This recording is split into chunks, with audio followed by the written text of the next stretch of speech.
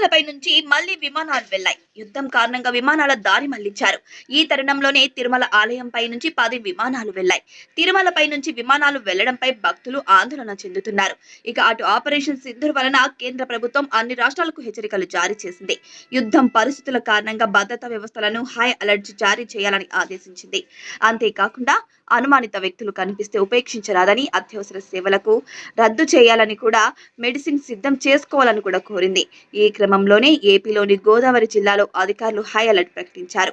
Eluru range IG, SP ఆధ్వర్యంలో bus stand, railway station, లాడ్జిల్లో విస్తృత తనిఖీలు చేపట్టారు.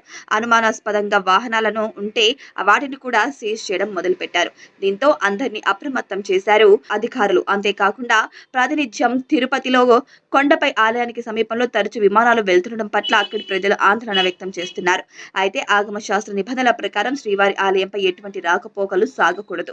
దీనిపై టీటీడీ ఆగమ పండితులు ప్రతిసారి చెబుతూనే వస్తున్నారు. కానీ తిరుమల కొండ గగనతలంలో తరచూ విమానాలు వెళ్తున్నాయి. తిరుమలను నో ఫ్లై జోన్ గా ప్రకటించాలన్న తిరుమల తిరుపతి దేవస్థానం విజ్ఞప్తిని విమానయాన శాఖ పట్టించుకోవడం లేదనే విమర్శలు కూడా తలెత్తుతున్నాయి. గతంలోనూ శ్రీవారి ఆలయం మీదుగా విమానాలు ఎగరంపై భక్తులు ఆందోళన వ్యక్తం చేస్తూనే ఉన్నారు. కానీ తరచూ ఇది రిపీట్ అవుతూనే ఉంది. మరోవైపు శ్రీవారి ఆలయంపై డ్రోన్లు ఎగరడం, వాటిని టీటీడీ విజిలెన్స్ స్వాధీనం చేసుకుంది.